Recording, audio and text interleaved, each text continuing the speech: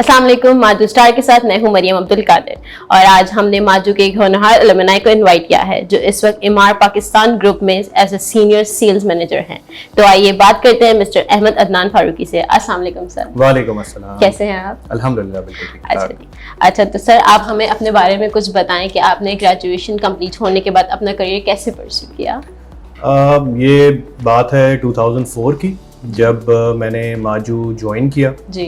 और bachelors of business administration का programme था। उस ज़माने में बीबीए एक बहुत इन डिमांड प्रोफेशन था। ओके। अल्हम्दुलिल्लाह आफ्टर 4 इयर्स 2007 में बेसिकली मेरा बैचलर्स कंप्लीट हुआ और उसके बाद I got an opportunity to start working with Dewan Mushtaq group. At that time it was one of the most premier groups, automotive groups in Pakistan. Okay.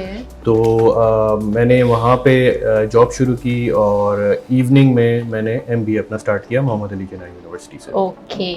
अच्छा तो सर आपने बाकी यूनिवर्सिटीज के मुकाबले में माजू को ही क्यों चूज किया? अच्छा सवाल है, इसलिए क्योंकि शायद मैंने माजू को चूज नहीं किया, माजू ने मुझे चूज किया। मैं ये कहूँगा मैं कुछ इस तरह के मामलात थे कि मैं जो उस वक्त आप समझ लो उस जमाने की बहुत सारी रिनाउंड यूनिवर्सिटीज थी, तो उनका टेस्ट मुझसे मिस हो गया, एडमिशन टेस्ट कुछ वजूहत की वजह से मैं नहीं दे सका। और होने ये जा रहा था कि शायद मेरा साल ज़ाया हो जाता, बट उस ज़माने में MAJU was one of the very few universities जिन्होंने बहुत अर्ली अपने स्प्रिंग एडमिशंस अनाउंस कर दिए थे। अल्लाह ताला की तरफ से एक मौका था, तो I came to MAJU, met people here. उस वक्त के जो करियर काउंसलर्स थे, उस वक्त की जो एडमिनिस्ट्रेशन थी, उनसे मुलाकात हुई और अल्हम्दुलिल्लाह अच्छा लगा मिलके और इस तरह से मैं I ended up in MAJU. Okay. अच्छा तो सर आप अपनी प्रोफेशनल प्रॉब्लम से कैसे ओवरकम करते हैं? प्रोफेशनल देखें, मैं ये कहूँगा कि जब आप एक प्रोफेशनल लाइफ में जाते हैं तो डेफिनेटली इंसान को एक चैलेंजिंग एनवायरनमेंट का सामना करना पड़ता है। Exactly. Challenging environment in terms of workload भी हो सकता है, इन टर्म्स ऑफ कॉम्पिटेंसी हो सकता है, इन टर्म्स ऑफ पॉलिटिक्स हो सकता है। Work place politics is a very important aspect of working in any environment. इसमें सिर्फ और सिर्फ तरीका ये है कि आप अपने काम को 200% ईमानदारी से करें। बिल्कुल। और सबसे बड़ी बात कि जो आपका काम है उसमें निखार पैदा करें। फॉर एग्जांपल मैं अगर आपको एक बहुत छोटी सी मिसाल दूं कि अगर आपका काम एक डेटा एंट्री ऑपरेटर है, आपका काम सिर्फ कंप्यूटर के ऊपर डेटा एंटर करना है जी, तो उसको करने के 2-3 बड़े आसान तरीके हैं। एक तो ये कि आप हर रोज उस काम को कोसते हुए वो काम करें, और यह तरीका ये कि आप बहुत खुशी खुशी और बहुत निखार के साथ उस काम को करें और उसमें एक्सेलेंस पैदा करें। सो एक्सेलेंस पैदा जब आप करते हैं अपने काम के अंदर और स्ट्राइव करते हैं कि आपकी जो भी रिस्पॉन्सिबिलिटीज हैं, जो भी ड्यूटीज हैं, उसको बेहतर से बेहतर बनाएं, लर्न करें नए तरीकों को और उसको अपनाने की कोशिश करें, तो ऑटोमेटिकली आपके वर्क प्लेस चैलेंजेस जो हैं वो आप अबूर कर सकते हैं। बिल्कुल सही। अच्छा आप हमें अपने किसी सक्सेसफुल वर्क प्रोजेक्ट के बारे में बताएं जिसमें मल्टीपल टीम्स इन्वॉल्व हो। जैसे प्रोजेक्ट को इजी करने में आपका क्या रोल था और उसका क्या रिजल्ट निकला? मैं अगर आपसे एक सक्सेस स्टोरी शेयर करूं तो आजकल अगर आप देखते हो सड़कों पे तो किया की गाड़ियां बड़ी मशहूर हैं, किया स्पोर्टेज, किया पिकांटो, किया सोरेंटो। तो जब 2018 में किया पाकिस्तान में लॉन्च हुई थी और एज अ ब्रांड लॉन्च हुई थी, उस वक्त उन्होंने गाड़ियां लॉन्च नहीं की थी, तो I was one of the very few and very first people to get inducted in Kia. Okay. So I was responsible for a certain region और उसमें मेरी जिम्मेदारियों में एक बहुत बड़ी जिम्मेदारी थी कि हमें सेल्स फोर्स को सेटअप करना था किया की, उस सेल्स फोर्स को ट्रेन करना था और फिर इवेंचुअली गाड़ियाँ बेचनी थी। तो this is back in late 2018 early 2019। Okay. इसके अंदर एक बड़ा चैलेंज ये था कि हमने डीलरशिप्स को सेटअप करना था। अगेन जैसे मैंने बताया, उनकी ट्रेनिंग, उनकी अपब्रिंगिंग, उनसे फिर गाड़ियाँ बिकवाना, उनकी स्टॉक की अवेलेबिलिटी और बहुत सारे डिफरेंट मामला थे। तो उस जॉब रोल के अंदर मेरा एक बड़ा जो कोऑर्डिनेशन का काम था वो बहुत ज़्यादा था, क्योंकि आप एक साथ ना सिर्फ ये कि हायरिंग के लिए लोगों से अपने एचआर से इंटरेक्शन करते थे, बल्कि आप डीलर डेवलपमेंट आपका एक डिपार्टमेंट होता है किसी भी कंपनी में जो डीलर्स को डेवलप करता है। आप उनसे इंटरेक्शन करते थे, फिर आप प्लांट से इंटरेक्शन कर रहे थे क्योंकि आपको गाड़ियों की सप्लाई भी चाहिए थी। इसके अलावा हर तरह से बहुत सारे डिफरेंट जो है डिपार्टमेंट्स उसके अंदर इन्वॉल्व होते हैं। फाइनेंस होता है, जाहिर आपने पेमेंट्स लेनी है, तो एक सेल्स के जो हेड की हैसियत से वहाँ पे मेरी जिम्मेदारी ये थी कि इन सारे डिपार्टमेंट्स को साथ लेके चलना और उसके बाद ये कि एक स्मूथ ऑपरेशन को कायम रखना। तो अल्हम्दुलिल्लाह उस वक्त ये पूरा का पूरा ऑपरेशन जब लॉन्च हुआ तो आप इतनी पुरानी क्योंकि बात है नहीं, 4-5 साल पुरानी बात है जी। तो आप लोगों को भी शायद जहन में हो कि बड़े सक्सेसफुली किया ने अपने ऑपरेशंस लॉन्च किया थे, तो I was part of that team अल्हम्दुलिल्लाह।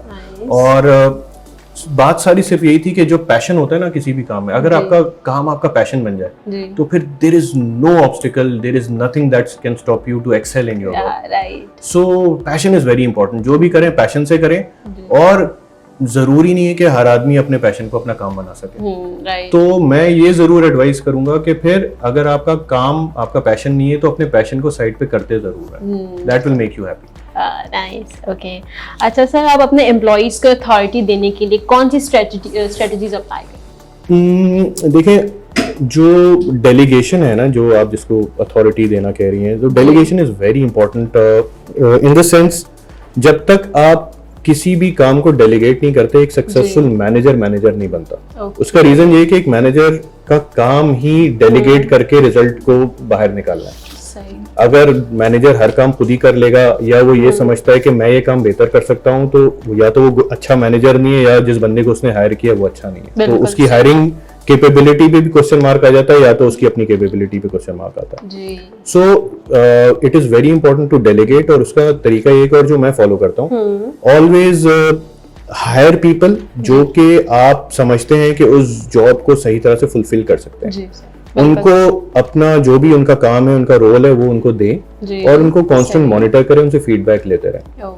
कभी भी ये एक्सपेक्ट ना करें कि पहली अटेम्प्ट के अंदर आपका जो सबऑर्डिनेट है वो आपकी एक्सपेक्टेशन के मुताबिक काम को करके लाएगा, क्योंकि आपकी एक्सपेक्टेशन अलग हो सकती है, आप एक डिफरेंट आदमी है, आपका एक अलग तजुर्बा है, that's why you are a manager. और आपका जो सबऑर्डिनेट है वो इसीलिए मैनेजर नहीं है क्योंकि अभी उसको टाइम लगेगा, उसको अभी वो एक्सपीरियंस नहीं है। सो जब आप मेंटरशिप के लेवल पे आ जाते हैं ना, कि आपने ना सिर्फ ये कि एज अ मैनेजर उससे काम लेना है, बल्कि उसको मेंटोर भी करना है, उसको कोच करना है, ताकि वो कल को आपकी जगह ले सके और आप ऊपर जा सके। एग्जैक्टली। सो जब आपकी ये फिलॉसफी हो जाती है, this is the way you take your people with you along the ride, so then they also start enjoying it, and then they try to get the results you want to give. ये बड़ा important है। बिल्कुल सही। अच्छा, आपने अपनी research में अपनी कंपनी के बारे में क्या सीखा, खास तौर पर इमार के बारे में? जैसे कि सब जानते हैं इमार एक बहुत बड़ा डेवलपर ग्रुप है, तो इसकी सक्सेस का क्या रहा?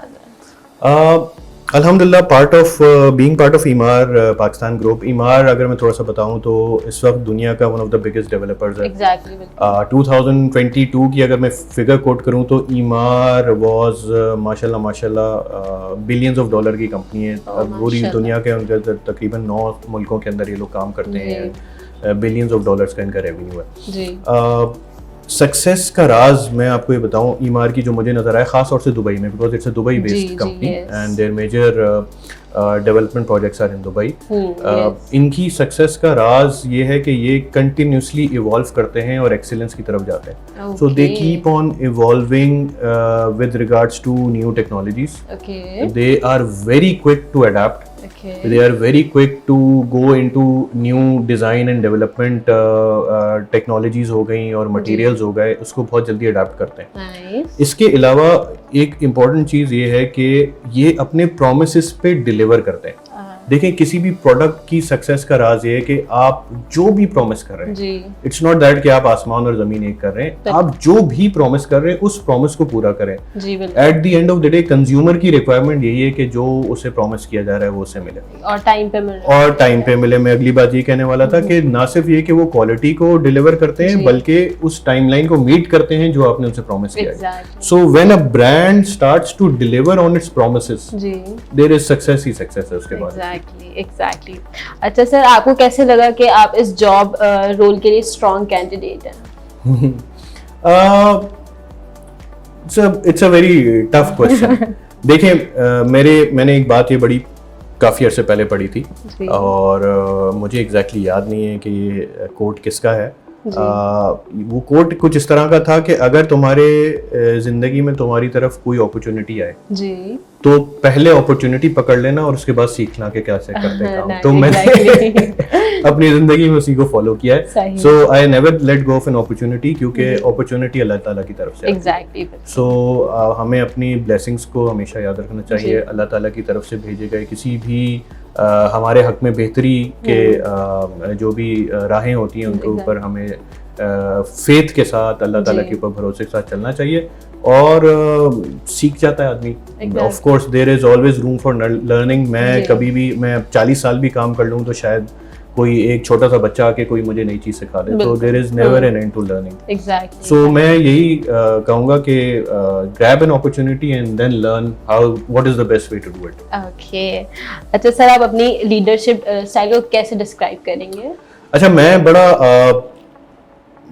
आप कह सकते हैं कि फ्रेंडली बॉस हूँ। तो ये मेरी टीम भी कभी कभी वो कहते हैं कि सर आप जो हमें खुद लगता है कि आप जो है ना बहुत ज़्यादा फ्रेंडली हो जाते हैं, तो कभी कभी काम नहीं भी हो पाता, तो उसकी वजह एक ये भी होती है। तो थोड़ा सा मेरा फ्रेंडली नेचर है। I try to set an example for my subordinates. I try to be friendly with them rather than carrot and stick approach कभी कभी करता हूँ, लेकिन carrot ज़्यादा होता है उसमें, छूट ज़्यादा होती है, stick कम होती है।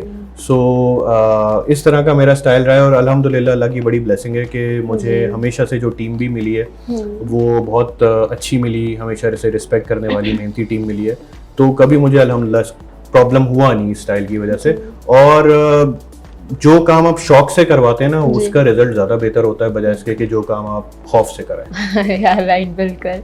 अच्छा सर, इन द एंड आप फ्रेश ग्रेजुएट को क्या एडवाइस देना चाहेंगे to be a successful professional in life?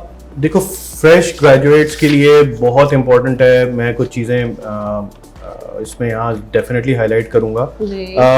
जिस भी प्रोफेशनल कंपनी में अपना रेज्यूमे भेजें तो रेज्यूमे प्रोफेशनली मेड हो, ठीक है जी। उसमें बहुत छोटी छोटी हम लोग, मेरे पास मतलब मैंने अपनी करियर के अंदर मेरे ख्याल से हंड्रेड्स ऑफ लोगों की हायरिंग की है, थाउजेंड्स ऑफ रेज्यूमेज मेरे पास आए हैं और बड़ी छोटी छोटी सिली मिस्टेक्स होती हैं, स्पेलिंग मिस्टेक्स होती हैं। रेज्यूमेज बहुत ज़्यादा ना, मैं कहता हूँ कि कैची होने चाहिए, फ्लैशी होने चाहिए। रेज्यूमे को इतना नोट किया जाता है तो एब्सोल्युटली।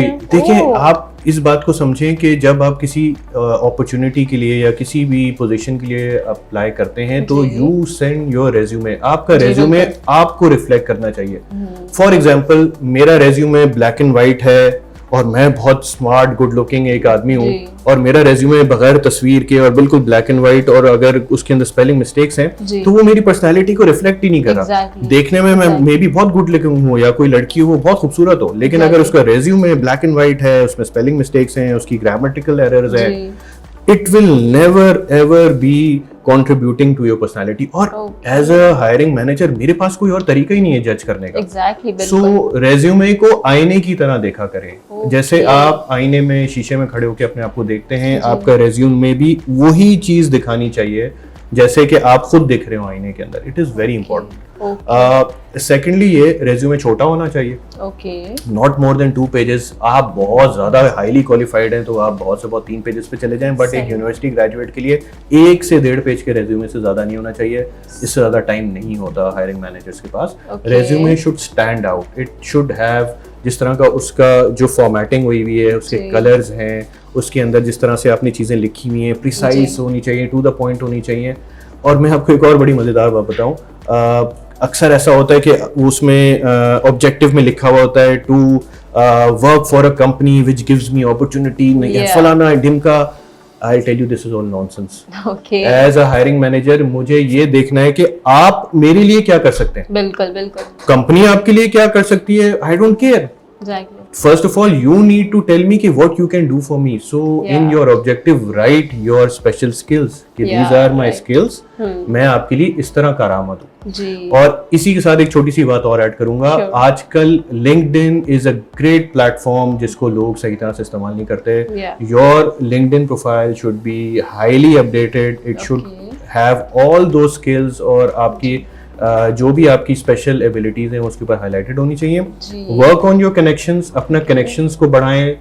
2000, 3000, 4000 लोग आपके कनेक्शंस के अंदर होने चाहिए ताकि आप जो हैं उनके जब आप कनेक्शंस में आ जाएंगे तो ऑटोमेटिकली अपॉर्चुनिटीज आपके पास आना शुरू हो जाएंगी। That is very important. Okay. Thank you so much, sir. Thank you so much Most for welcome. coming. Thank you Thank you so for much for having me. giving your time. तो इसी के साथ हमारा आज का programme यहीं पर खत्म करेंगे। अगले हफ्ते एक नए अलुमनाई के साथ मिलते हैं। तब तक के लिए अल्लाह हाफ़िज़।